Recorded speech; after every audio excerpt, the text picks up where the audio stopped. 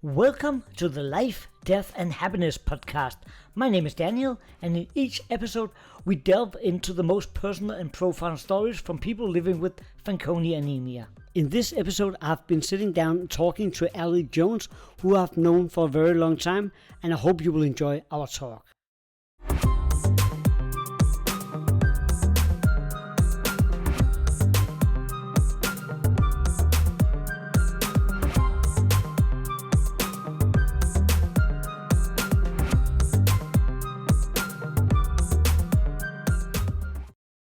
Welcome to this episode of Life, Death and Happiness. With me today I have Allie Jones.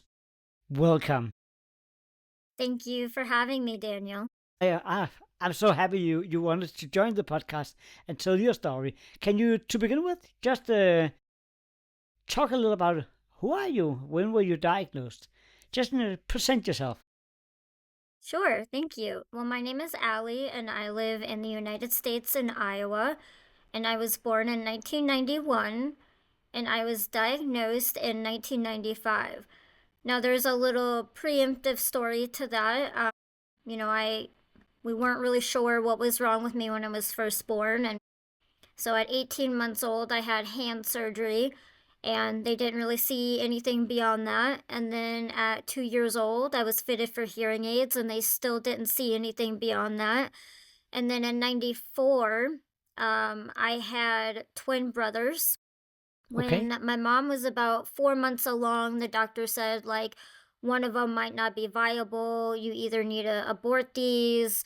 But she ended up saying, God will allow me to have these children or he won't. I'm just going to continue to carry my twins until whatever happens. And they were born a month early. And one of the twins passed away 16 minutes after birth, and my mom was a RN nurse at that time, and she just kind of instinctually knew to collect his stem cells and keep that. She didn't really know why in the moment, but she did recognize that I looked more like my little brother than my twin brother looked like his twin brother. And so I think my mom was already trying to make some connections there. And we buried him, and I witnessed all of that. And it was shortly after that my older brother got pneumonia, and he was in the hospital. And my mom was there with my doctor, and my doctor knows my mom really well. And so my mom felt comfortable saying, will you take Allie down to get her blood drawn and just see if she has pneumonia, maybe bronchitis, she's coughing.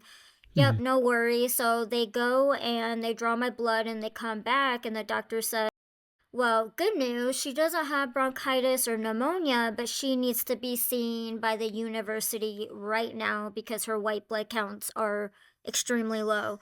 And so that was the beginning of when we really knew that something was going on, and when I was finally diagnosed with Fanconi anemia. Okay, so did that take a long time for them to get to that point, or was it within a few weeks? I actually don't know how long it took to actually get to that point, but I knew everything snowballed really quickly from my blood counts to the university to the diagnosis. So as far as how many months, I'm not sure. How old did you say you were at that time? I was 4. You were 4. Okay, so you actually remember this. Yes. Yeah. Okay. Yeah. They did struggle to find a donor for me at the time, and they found a lot of different possible matches, but they weren't really happy with the matches that they did have. And so it was later discovered that my dad was the closest match that we were gonna have. And so the next year after my diagnosis, we went in to the University of Minnesota, and Dr. Wagner was my doctor. And so we went in August of 96, and I had my first bone marrow transplant that next month, September. And that one failed, and the doctors pretty much said, she's going to die. Let her go, this is it. And they had a priest come in, and he blessed me while I was laying in bed. I remember that. My mom. I can imagine that. Yeah, yeah. And then it was my mom who just said, if she's gonna die anyway, what is the harm of trying another bone marrow transplant? Because at that time, in the mid 90s, they did not have any survivors past two bone marrow transplants, and they were really struggling to get people with Fanconi anemia to survive. And my mom just thought, well, if the outcome is that anyway, what's the harm in trying again? And so that next month, I mean, you got to think about this too. I had full body radiation and chemotherapy. They tried the bone marrow transplant by September. So in August and September, I had endured all those things. And then Mm. by the next month, they were already trying to do another bone marrow transplant. So it was Wow. very back to Yeah, back, very quick. My body didn't have like very any much back time to at back. all And no, to no, you were that recuperate. young. Yeah, yeah. And so it was at that point that my blood counts finally started to rise after the second bone marrow transplant. But from October, when I had the second bone marrow transplant, to February when I finally left the hospital. So I was in the hospital for a total of 6 months. I And experienced that's a long time. Well, you for were, Fanconi anemia, yeah, yes. yeah, exactly. For you, because for most people, when you're going to transplant, if it goes well, of course, it takes. I think now they're down to maybe a month. It's totally crazy, but it was back then. It was usually between 1.5 and 3 months, depending on the situation. That was a normal back then, as far as I remember. Yes.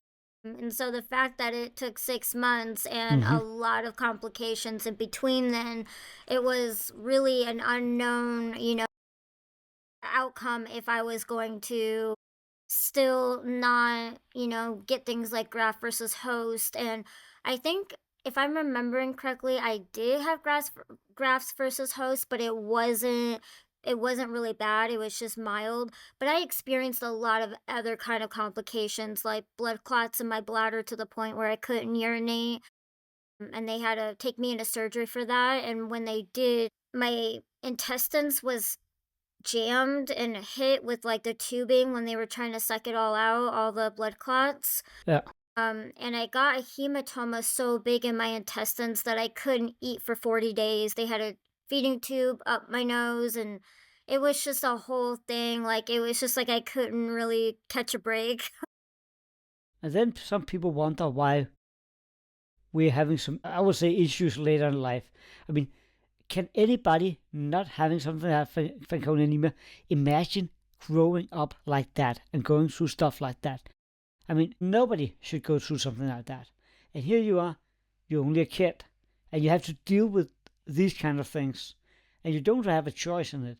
It's just you have to be there, you have to be present. That's just your life. While other kids is at home playing in the backyard, going to public school, having fun, going to birthday parties, while we're in there having all the fun. Damn, that's a lot to go through in a short amount of time. Yeah, it was very hard, especially because my brothers were back home in Iowa. And from Iowa to Minnesota, where I was, it was about a 6.5 hour distance. So Mm.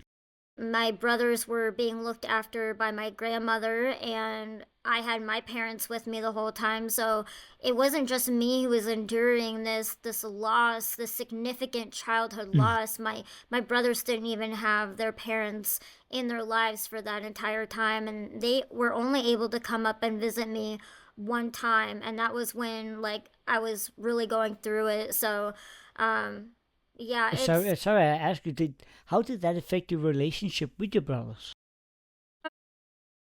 think it affected my relationships with my brothers in a negative way at all. We were all kids, so I think that helped us make us all resilient. And I loved my siblings very much. I mean, I have photos of them visiting me in the hospital, and we're all hugging and smiling and stuff. And there was even this moment where I was really going through it, and my face is red because I'm crying so much from everything I'm going through.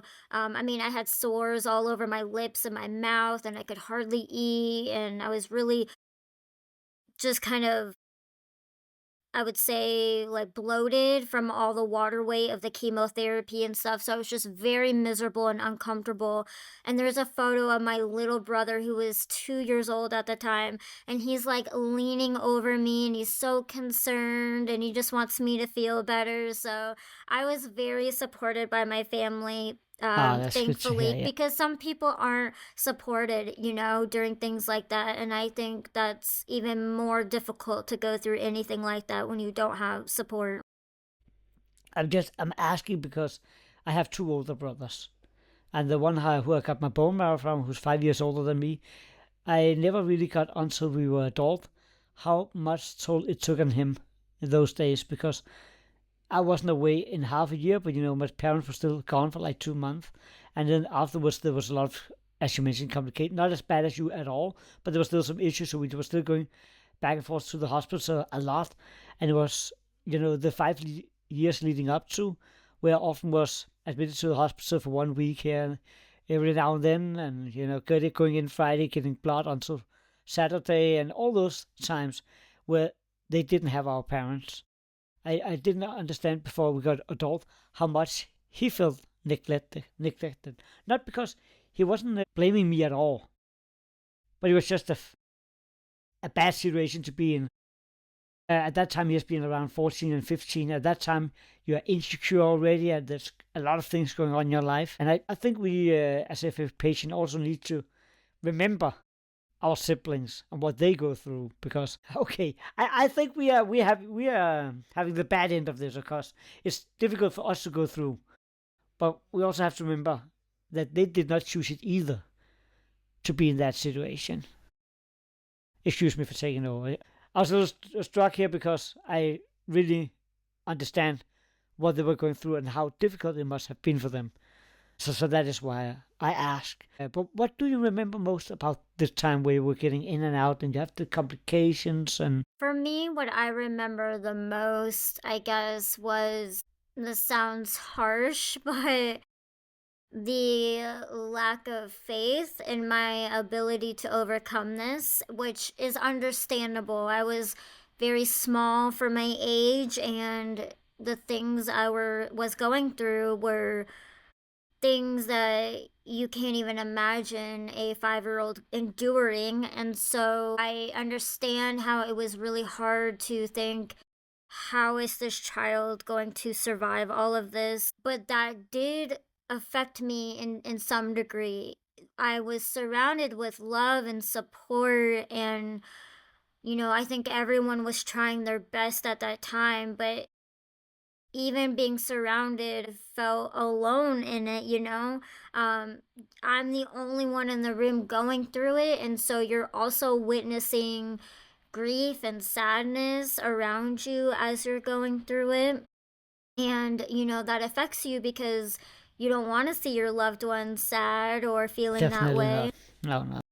It's kind of strange when you're so young and you can like differentiate clearly, like, people are putting on a happy face for you because they're trying really hard to like keep the energies up and stuff, but at the end of the day, like, it's your body versus this lifelong disease. It's your body versus the fate of this story. And so I think that was a little difficult. I had a lot of people visiting me. I had a lot of cards all the time.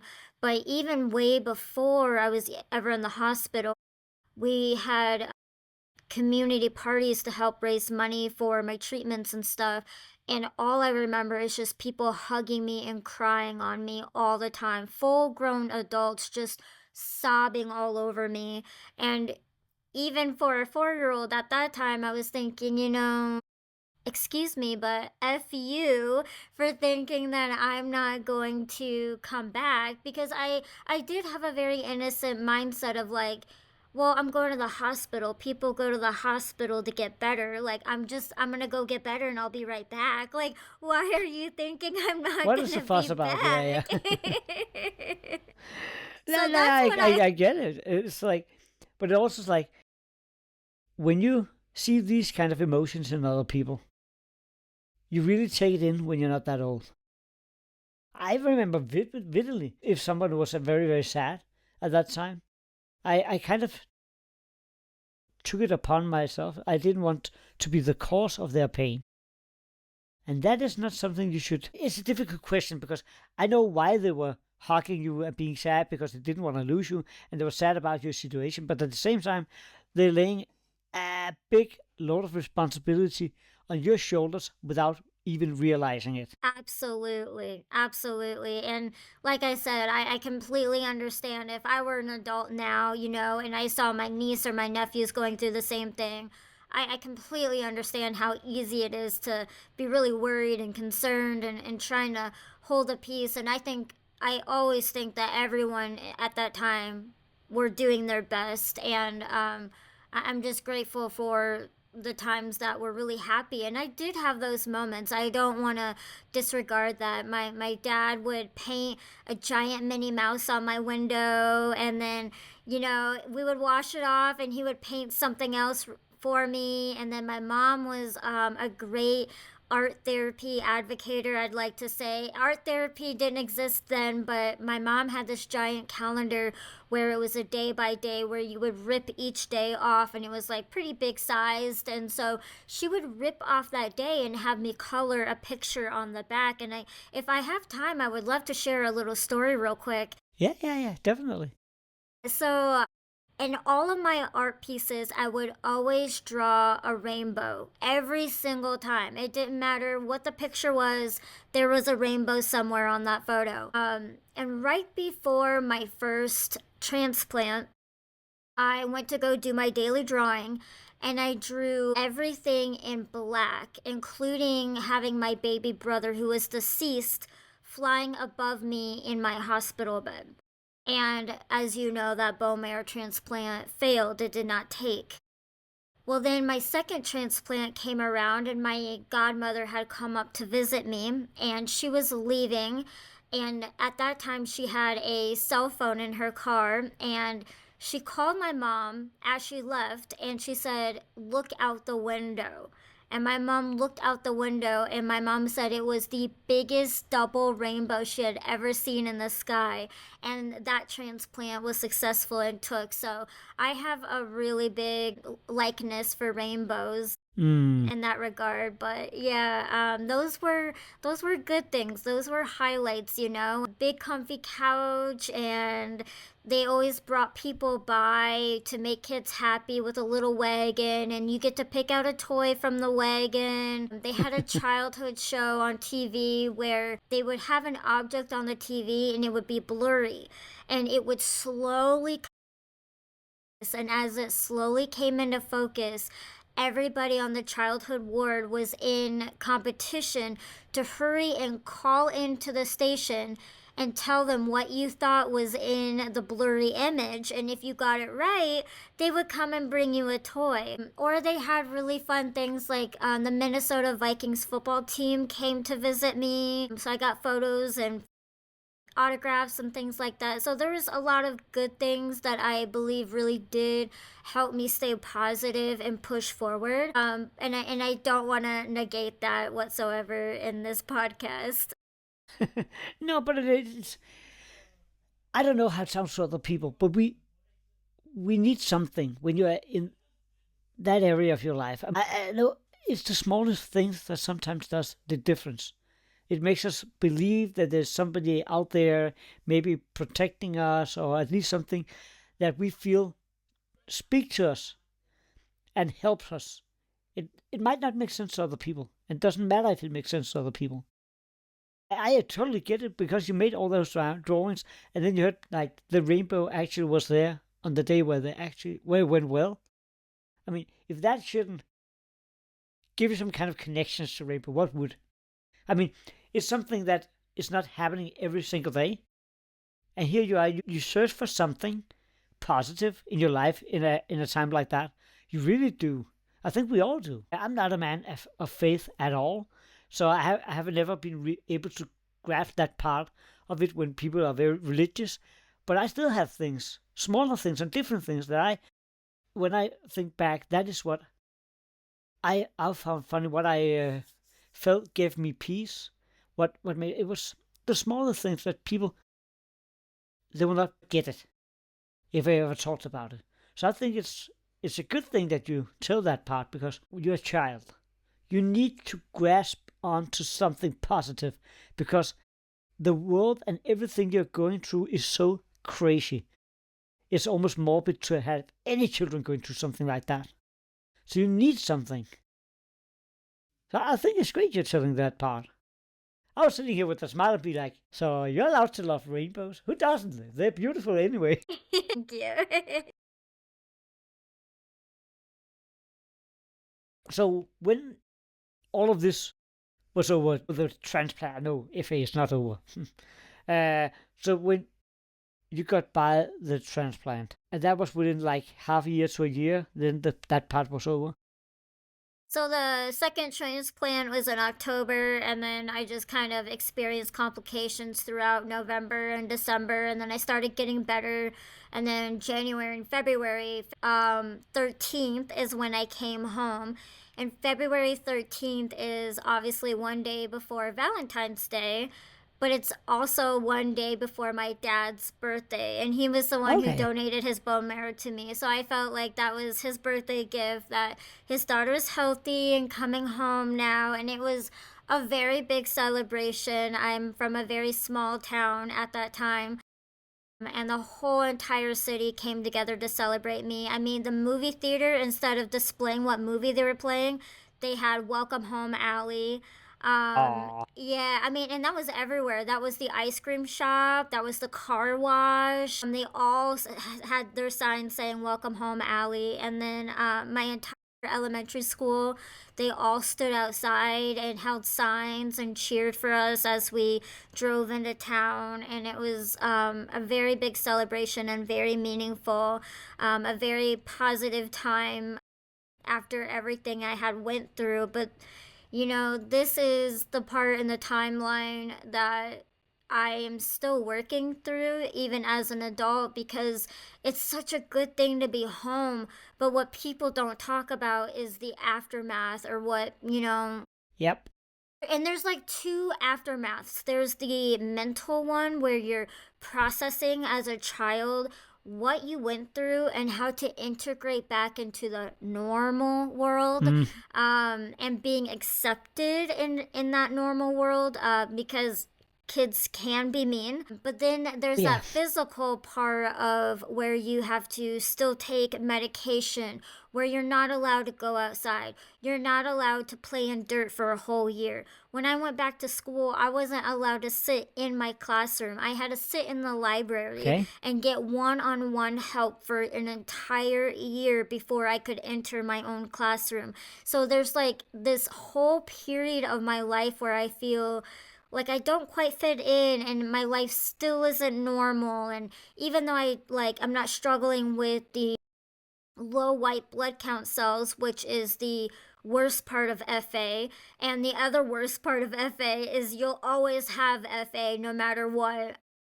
So even though the blood counts are up and I am healthy enough to go back into the real world at this point, I'm still trying to integrate into the new world. I'm still trying to find my place. I was in dance since I was 3 years old, and so I was trying to go back to dance classes, and I wasn't allowed to be in group with all the other girls. So I had to take one-on-one dance lessons with my teacher in order to be a part of the recital the next year. And so I was learning group dances by myself, and then when it came time for recital, I was put into the group and had to integrate in that way again. So that's something people don't talk about at all with diseases or childhood diseases or lifelong diseases. Is it's a whole battle going in and conquering it, but it's a whole nother battle when you come out and try to integrate back into the world again. Yeah, I fully understand what you're saying here. You go from being part of a strange world. We're going in and out of the hospital. You go through all kind of stuff. You maybe even lose some friends in there. At least I did. I got my bone marrow when I was 9, and around, I think it was 10 or 11, I lost my first good friend, because you're at the hospital so much, you get to know other kids in similar situations. And then after all of that, you're just going back to public school again. I did. I got back to the public school here, and then I had to act normal. Like the last 5 or 6 years hadn't been full of traumatic experiences. And nobody, at least back then, but I'm like 200 years old. Back then, there was nobody thinking about the psychological part of it. I went to a few, there was one I got to talk to afterwards for maybe half a year. But that was not nearly enough when you've been going through so much. And that was only like a few times, maybe 5 or 10 times within that year. You go back, I feel socially awkward. People expect now, oh, but you're fine now. Why can't you participate? But I couldn't, because my body was not up to par with anything. I mean, it really has a toll on your body going through something like that. And even just going in, you miss some time with your peers, and they're going through a lot of stuff all their childhood, and you miss out on everything, both the social part, but also just like the day-to-day development in a child. You kind of, I usually make a little fun of it and say that's why I'm so childish. I lost my childhood, so I had to make up for it later in life. But of course, that's just making fun of it. But I totally agree, the aftermath is not talked about enough, because it is damn difficult. I completely understand what you're saying, especially having friends in the hospital who passed away. I remember hearing children screaming at the end of the hallway, getting bone marrow transplants because they couldn't afford anesthesia. And so, you're 5 years old and you hear these blood curdling screams, and you're looking at your parents like, what is that? And they're trying to calm you down, and you're going through your own thing. And then, like, you're also trying not to hear the rumors of so and so next door isn't going home, Yeah, and I think that's one of the hardest, or that's a reason why it's so hard to integrate when you go back, because your friends at school in the real world are talking about sleepovers and their favorite TV shows and the movie they didn't get to see, and you're just like, there's a whole other world out there that, you'll never be able to connect with and relate to with kids your own age. So I totally get what you're saying, where you have to act normal. You have to be like, oh yeah, I like TV shows and dolls too. And like, you're like still in this mental emotional jargon of like, how it's almost like some sort of like sticky glue, like you're glued to this trauma and all of this stuff, and you're trying so hard to unglue yourself to all of that so that you can try to fit into this normal life that you've already missed out on. And so you're constantly trying to find your place. Yeah.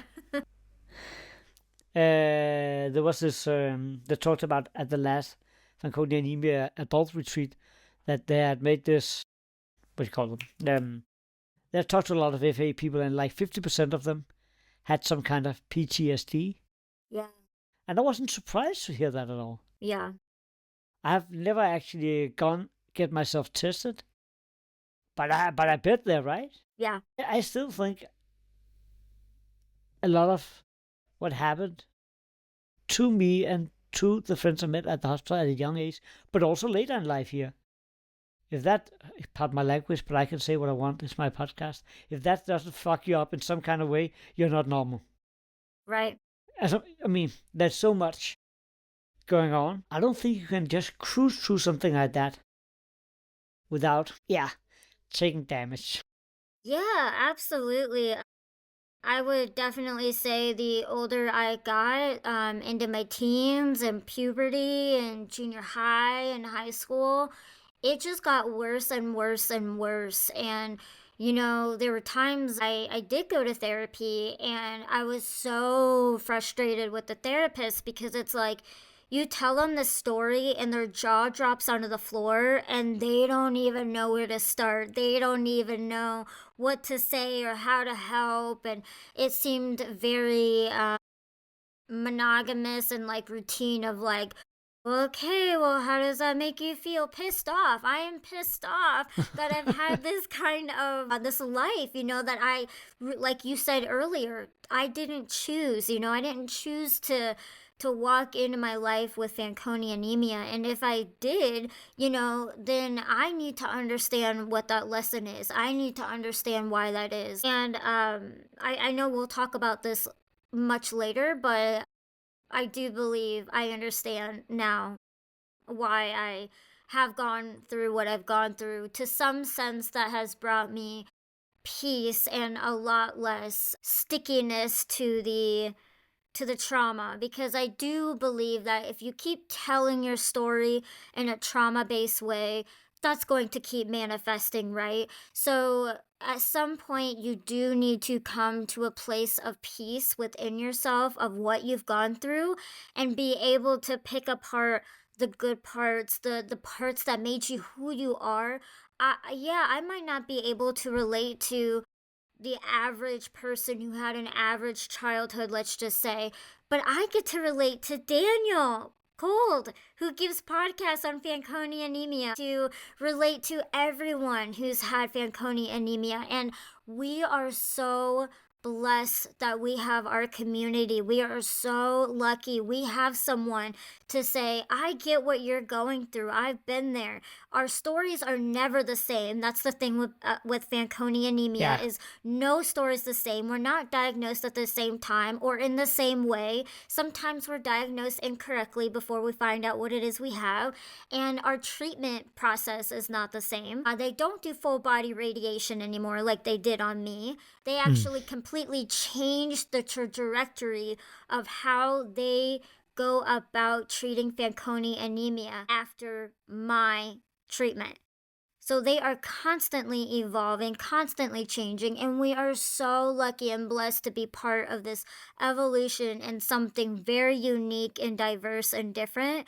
But in all the sadness, even in the grief groups that I have facilitated with Fanconi anemia, I have learned that even through the grief, the best part is this community that has brought us together. So I have to keep looking at the positives, or I won't make it into the next year, because, Daniel, it wasn't up until I was 31. Well, I would say 30. Yeah, 30, that I was just in the darkest place for decades. For 2 solid decades, I was swimming in a vast darkness of having the darkness become my only comfort, because I never saw what life looked like outside of that, and I had to find my way. I had to pioneer my way out of it in order to find this place of anything outside of what we've been through and what we've experienced. And not just that, but the things that people say to you. Sometimes, like, when I was walking home in 7th grade from school, and this 9th grader was following me, and he yelled at me, I hope you get cancer and die. And you're just like, dude, I am in 7th grade, just trying to be in 7th grade as a young girl. Like, your problems are not my problems. And it's things like that we are constantly healing. And I think that's also why people with FA struggle for so long being in a dark place, because we're not just like trying to heal and get over the fact that we have FA. We're trying to heal and get over the fact of everything we've been through, what people have said to us, how it feels physically, and the aftermath. There's just so many thick layers there. And also what we're still going through.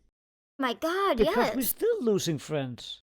That is the good thing about being part of this community, is it's fantastic. I love it. I love when I can get to meet you guys, and we can hang out, and we just have fun, and you feel understood. And I mean, you're my people, and I feel like you actually give a damn. I have friends that I grew up with who I thought gave a damn, and when I suddenly had cancer, almost none of them even contacted me. Even those who knew about it, those I didn't speak to about their, of course, issues, but there was people I was really disappointed in. They didn't even give a call to say, are you okay?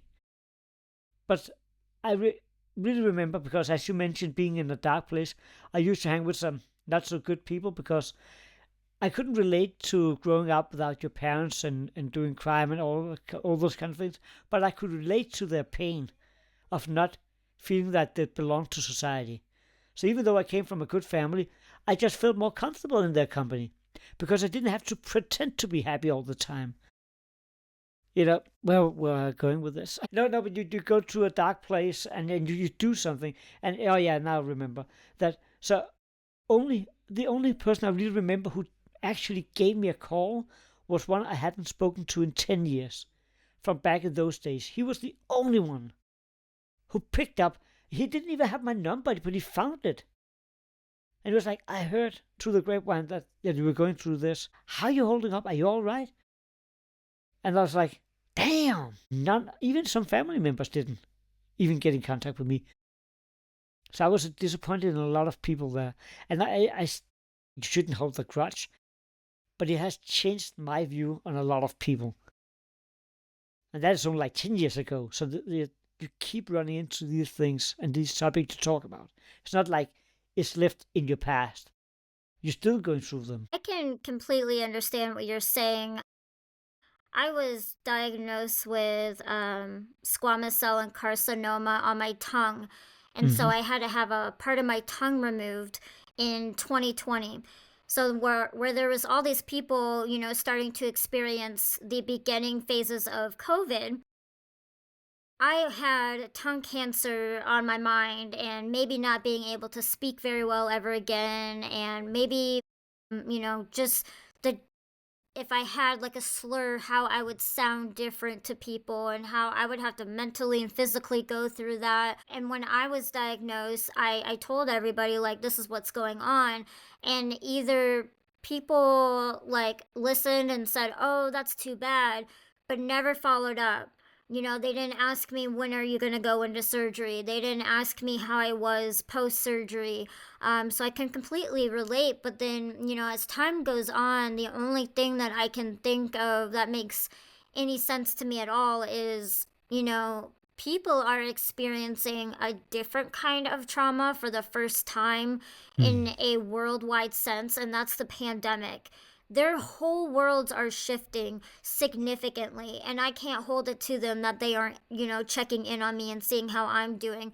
And I have to consider the other fact, because I also had family members who didn't reach out at all when I went through my tongue cancer stuff. And so I have to kind of picture or accept that maybe they don't know what to say or how to say it, or maybe it's affecting them so strongly that they're afraid they're just going to cry when they get on the phone with me. So you definitely have to give people the benefit of the doubt that they're unsure on how to approach somebody going through something so significantly. And again, that's when I rely back on our community. We're lucky we have each other, because I can easily jump in on a group and be like, you guys, I was just diagnosed with this cancer, and I'm just going to get a flood of response of like, what's your doctor say? How's it feeling? What's it look like? Because they instantly get it. So while we do lose out on, maybe our friends and our family being the support that we're hoping that they will be, and it is disappointing, but if you don't give up on them,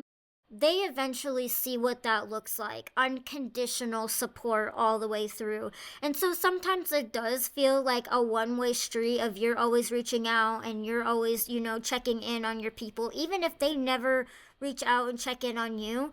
But eventually, down the line, you do see them reach out in a very unexpected manner where you're like, they never messaged me. This is quite unique. So I do try to give people the benefit of the doubt when they don't understand what we're going through. And I do absolutely love that we have the community to rely on when we don't have everything that we wish that we did have to rely on. If I do have to rationalize about it, I think you're right. But in the moment, yes, I still feel disappointed. But I know you have a very, very good point. And I'm not better. Sometimes it's difficult if people around you are getting very sick, and you're suddenly in the position as being a caregiver, or at least you have to be the one who gives the mental support to others. It is very, very difficult. It is So, very difficult, but you're absolutely right. In the moment, it's incredibly disappointing, and it even makes you feel alone. And you even like will find pockets of moments of silence and just, no contact with anybody. And you're thinking to yourself, like, I'm going through this thing alone. Do they care or do they not care? But in those moments that you're being disappointed with someone, not reaching out, that's when you have to flip that switch real fast. It has to be real quick in that moment and think, what if they had the worst day ever today? What if they just like spilt their coffee on their way to work and all these things are happening and now the radio in their car isn't working and they got to work late and they had a really difficult client to work with, and then you have to kind of reel yourself back in and think, if I had a bad day, would I be like stopping in my tracks to call up my friend and be like, hey, how's your tongue cancer going? No, I probably wouldn't. So it's that benefit of the doubt. It's that grace that you're giving other people, that everyone on this planet is going through something. And the more people we have on this planet and the more friends we have, how lucky we are to have more friends and more family. But the more of us that we add to our lives and the more people that we love, yeah, it gets a lot harder to keep track of everyone and yourself. And I think, we're seeing that now more in 2024, coming into 2025, the self-care and the amount of time we need to be giving ourselves and the amount of love we need to be giving ourselves, and turning things off and tuning out and stepping away from things. So, it's a hard world we live in, and we have to lower our expectations and show a lot of love and release a lot of what we think things look like or what we think things sound like. But I am just so grateful that I have had these profound experiences in order to be here in this place now today. Nobody gave me this recipe card that I'm sharing with the world right now. but that is why we need to hear it. Even I'm getting a little embarrassed by myself. Be like, but you're right. That is a very, very good positive attitude to have. I do believe I'm positive most of the time. But yeah, I can get hit by that part too. But you're so right. I mean, we shouldn't condemn them for not being there, even though it might feel disappointed in the moment. But that's the difficult part. That is, you have to accept that other people don't know what it's like, and you can't blame them for not knowing, because we're not good at really telling them how we feel and what is happening behind the lines. I mean, I hide a lot of stuff from my family, unless it's very serious. So they don't get they don't have the whole backstory. So how should they know? But I was sitting here feeling like, oh, she's right. You're smart. But I love the way you look upon it, because I think that's a very healthy way to do it. Also, to not put yourself down and use it as something positive. And that is something you really have to look for. It's not easy though. Nobody should be hard on themselves for saying, how come I can't flip the switch? It's very hard, but little by little, day by day, you'll start to see the change if you apply it. And it's so important. I even teach my own children that. My oldest son, he came home, he had one of his very good friends. He was keep telling, we were playing, but he's not very good at playing football. Soccer for you Americans, okay? But he was like, nah, I can't really. And he was actually saying a lot of negative stuff. And I was like, I thought he was your best friend. He said, oh, he is. I was like, why don't you ever talk about what he's good at?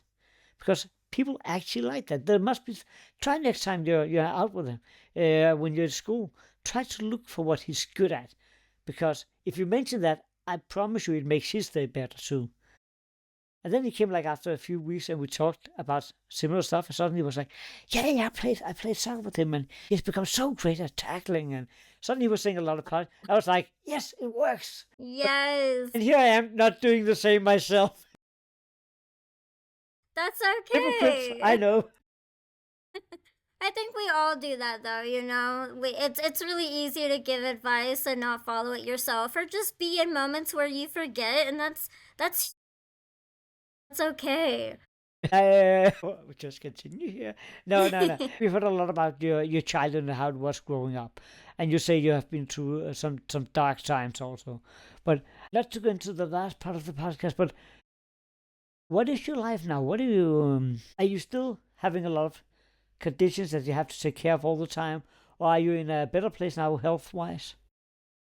So in the past year, I have had, and I'm not quite sure, maybe like 12 to 15 skin spots burned off. We're trying a different approach. Instead of having them cut out and biopsied, we're trying a process where we burn them over time, and eventually those spots either go away, and then if they don't go away, then we cut them out. So next month, in December, I will have a couple spots cut out that have not gone away by the burning method. And I believe they'll be biopsying them and figuring out if they're little skin cancer spots or not. But other than that, I'm doing really well, and I'm very blessed and very grateful. Okay, so you for normal people, they would not be saying things are going well.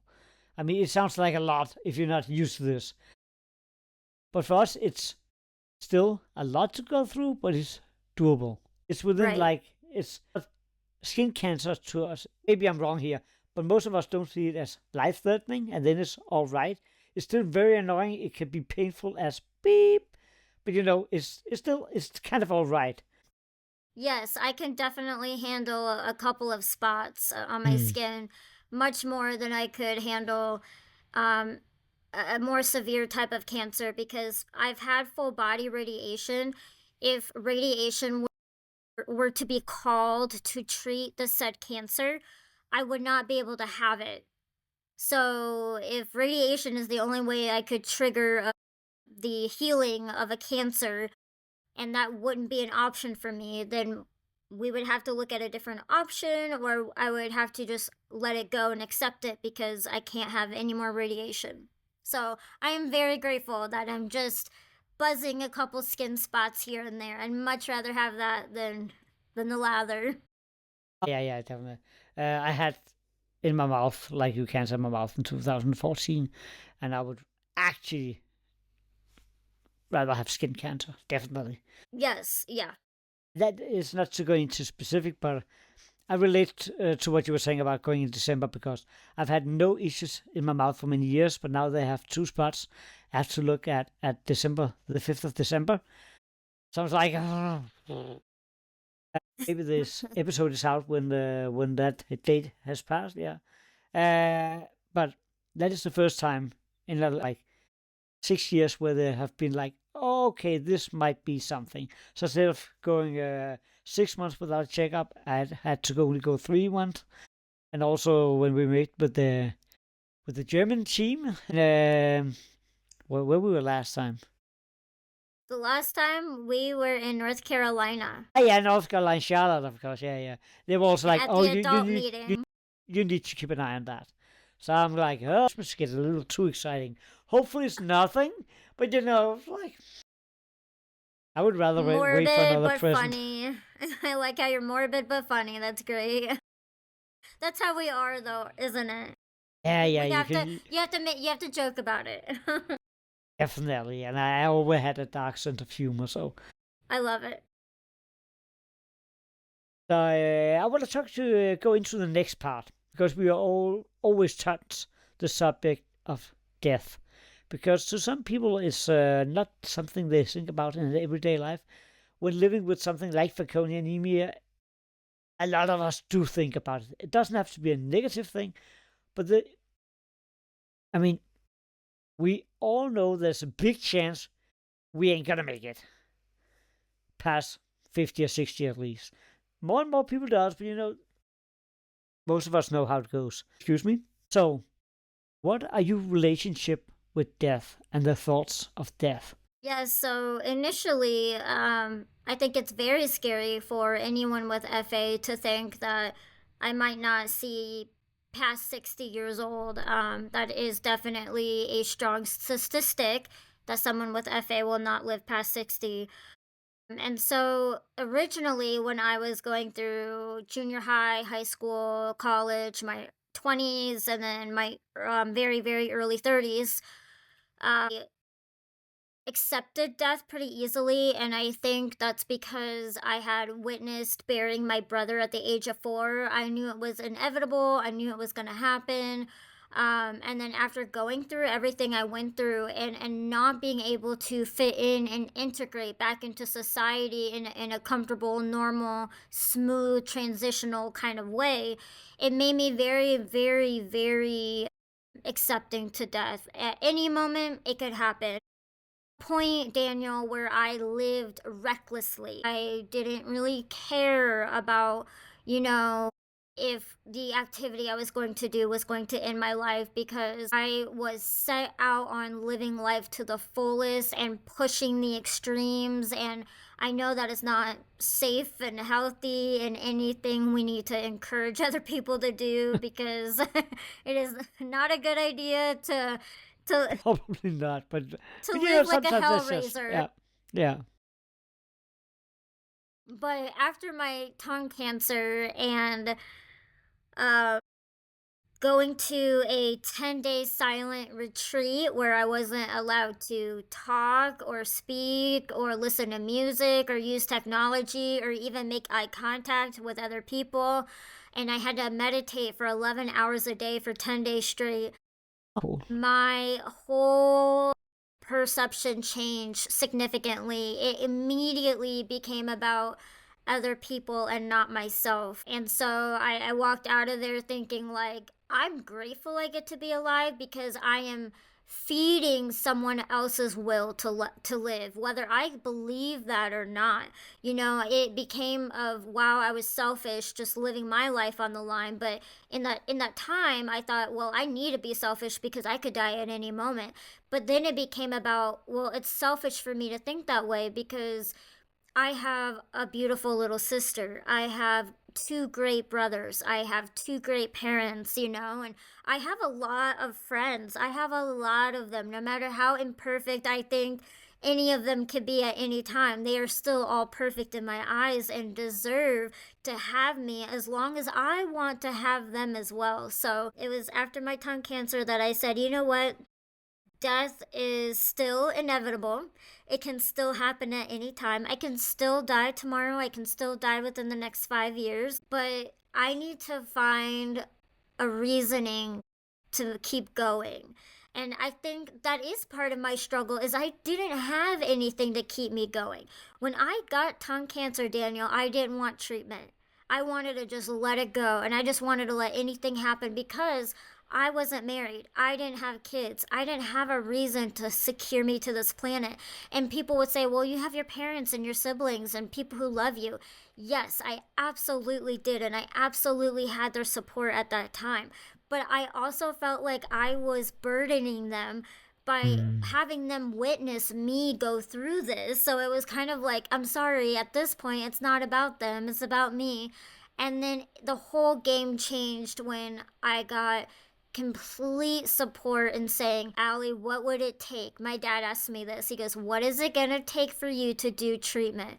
And I just blurted it out without even thinking about it. I said a service dog because at that point I knew I had PTSD, chronic post-traumatic stress disorder, and I could not step foot in a hospital without completely losing my mind. And so I knew that after my tongue cancer that I would struggle entering buildings, going to the grocery store, and I did. I would sit in my car for 10, 15, 20 minutes before I could even go inside. And you're thinking, your tongue has nothing to do with going inside a grocery store. But for me, it did. It was a huge mental game.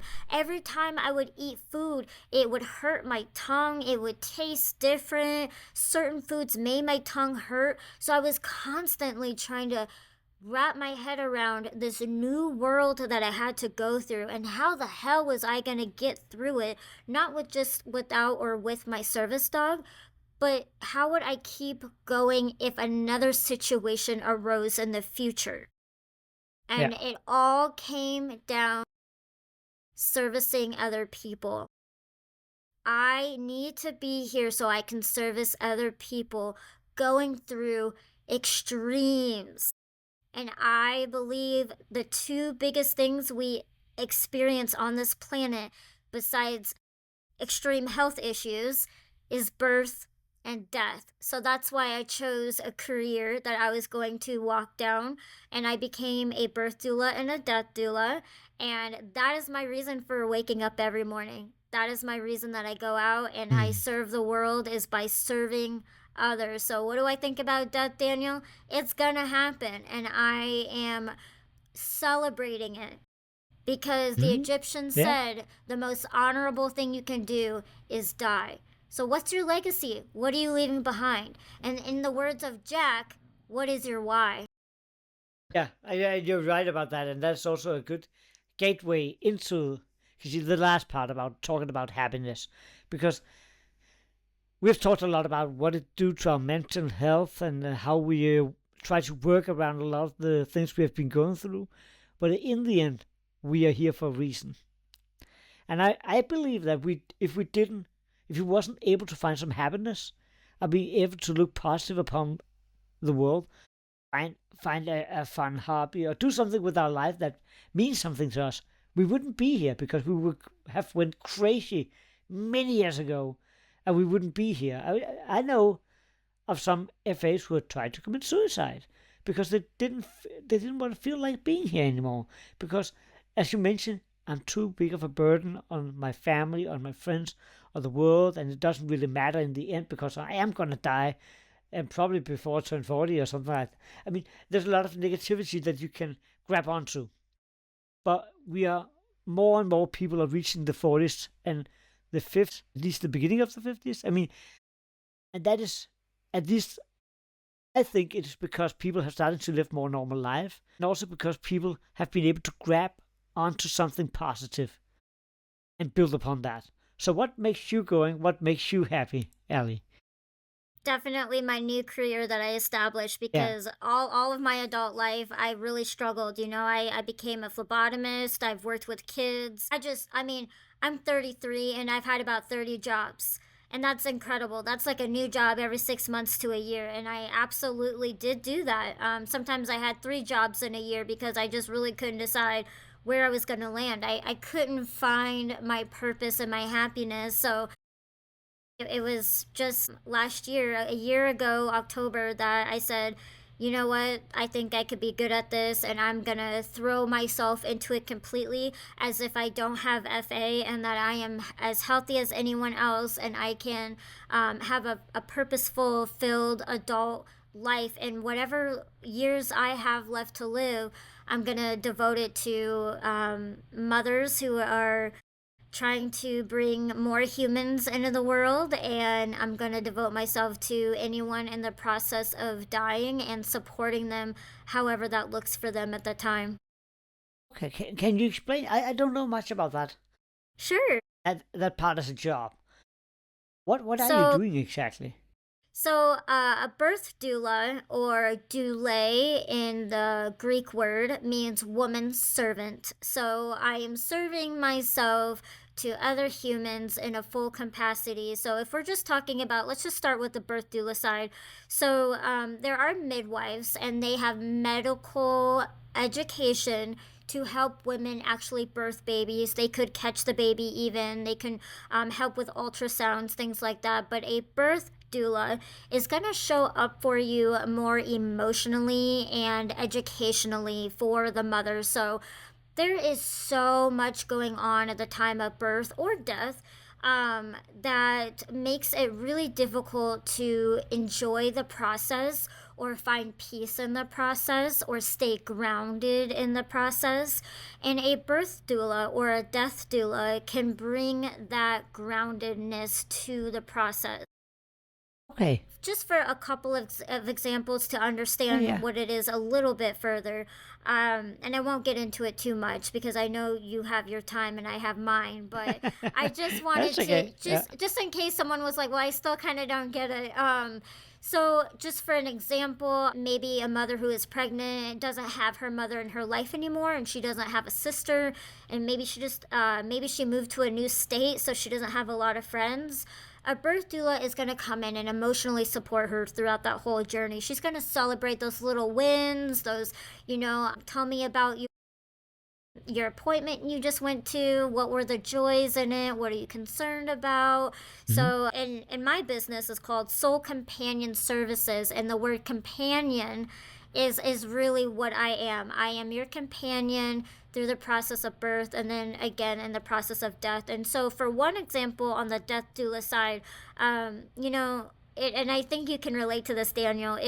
If you knew you were going to die, right? And let's say the doctor said, no, you have like a week left.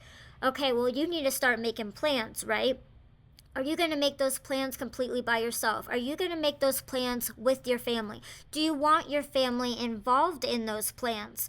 Is it a burden to have your family involved in those plans because you want them to grieve without the burden of making the plans for you?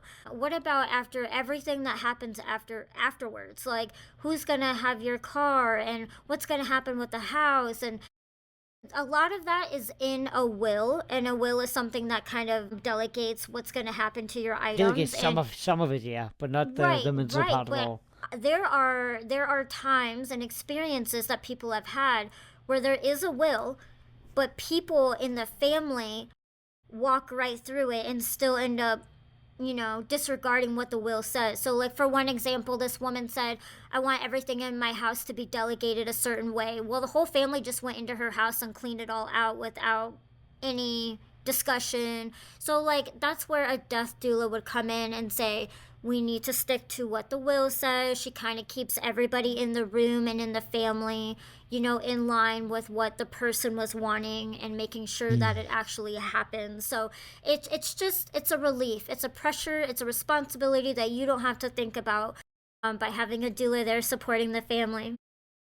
Yeah, that makes sense. I didn't know exactly what it was, but I think I have a better understanding of it now.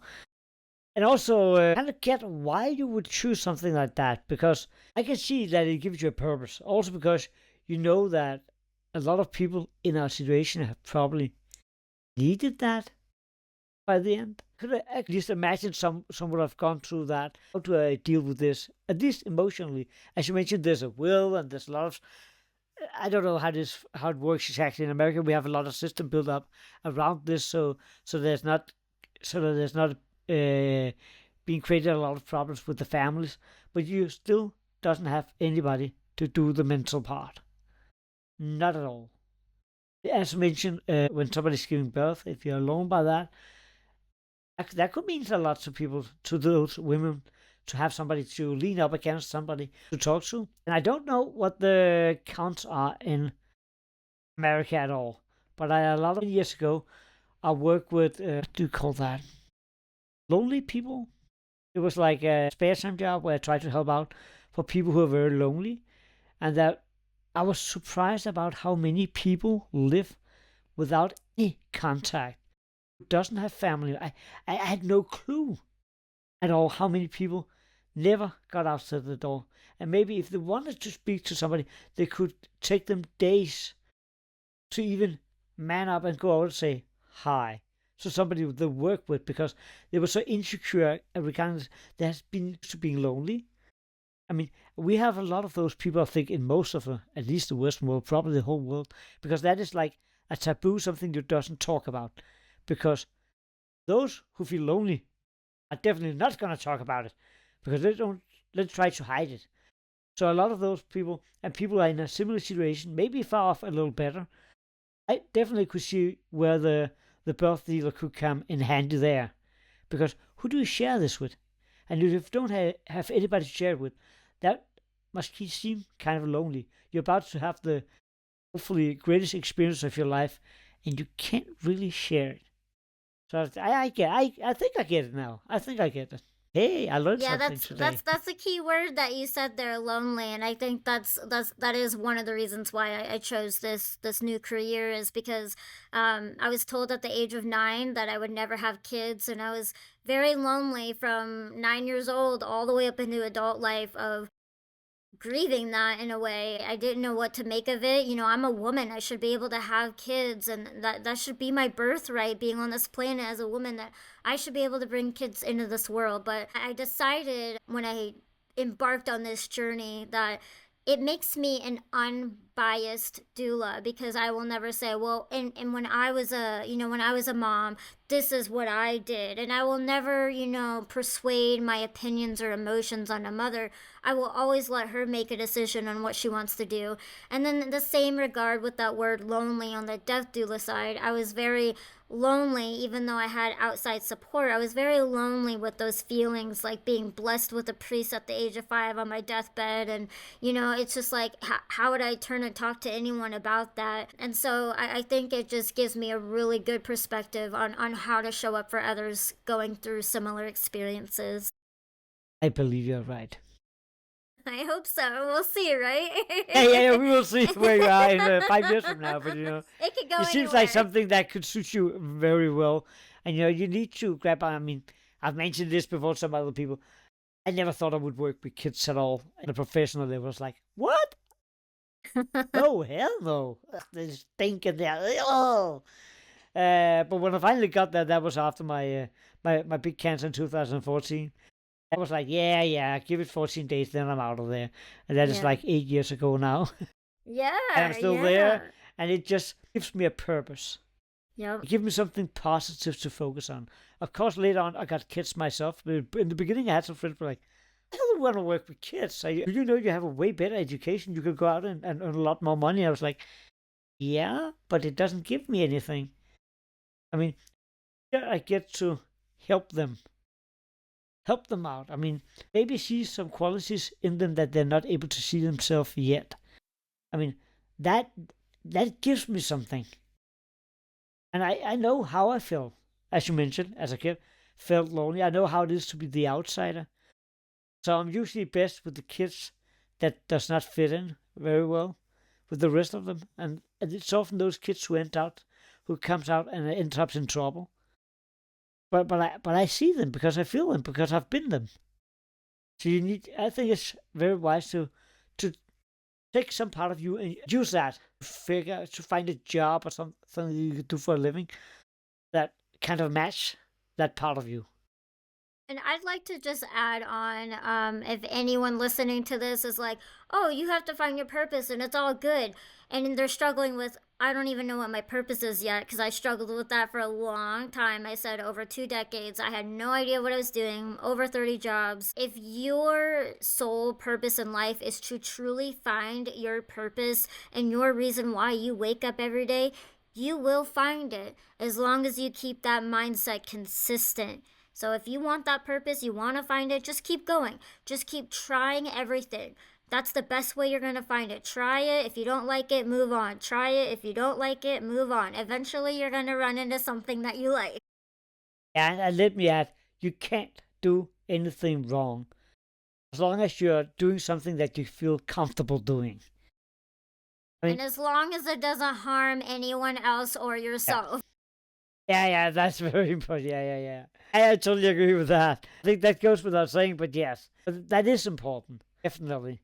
I mean, people could do whatever they want, but I think sometimes, and at least that is how I felt growing up, I was told like, oh, you need to do this with your life or that with your life. You have to do the right things. And I never fit into that. I also had a lot of different jobs, not 30, but a lot of different jobs, and people were like, I can't just stick to just one thing, but I never grew up with that. I want to become a doctor. I want to become a scientist. I had absolutely no fucking clue. Yep. And I was 40 before I actually ended up working with what I'm working with now. I've been trying so many different things because I didn't know. Could have held a gun to my face and I would still not be able to say what I wanted to do with my life, at least not work-wise. Yes, as you mentioned, take your time. It will come. You will find the purpose. Don't rush it. Just try to figure out what is fun to do or what gives you something positive now. And maybe consider all the things that aren't working in your life are leading to the right thing. It's shaping you and forming you into who you need to become in order to walk on your path of purpose. Amen. Amen. It's been lovely to hear your story, Allie. Usually I give people in the podcast the chance to say something to other people with FA, to the FA parents, or if there's something they want to share about, either some good advice or just a story they would like to share with the rest of you while you have the chance. Is there something you want to share with listeners before we end this episode? I love this ending. Wow. Caught you off guard. That wasn't fair. No, it's okay. I would say to everyone listening to the podcast, especially my Fanconi anemia family and all of their families, don't give up on yourself. Don't give up on yourself. That's where we run into all sorts of stuff. So believe in yourself, have faith in yourself, encourage yourself. And if you don't have the capacity to do that, sleep in, take a hot bath, treat yourself. I like that part. Don't give up on yourself. That is some very, very good advice. Allie, thank you so much for joining me. It has been a pleasure getting to know you even better. Thank you, Daniel, for having me. It's been so much fun being here, and I love how much I laughed. Yeah, it's good to have a good laugh. Yes, especially with you, Daniel. Thank you so much. And also hope everything goes well with the next month and the things you're going through. And to everybody out there, just say that we have a couple of episodes left before we have a little break around Christmas. But otherwise, we will continue this season for as long as possible. I still have a lot of people lined up. So I hope you will stick with us because there's so many good stories to tell. Please like, share, and just have fun with your life, okay? Take care, everybody, and take care, Allie. Thanks, Daniel.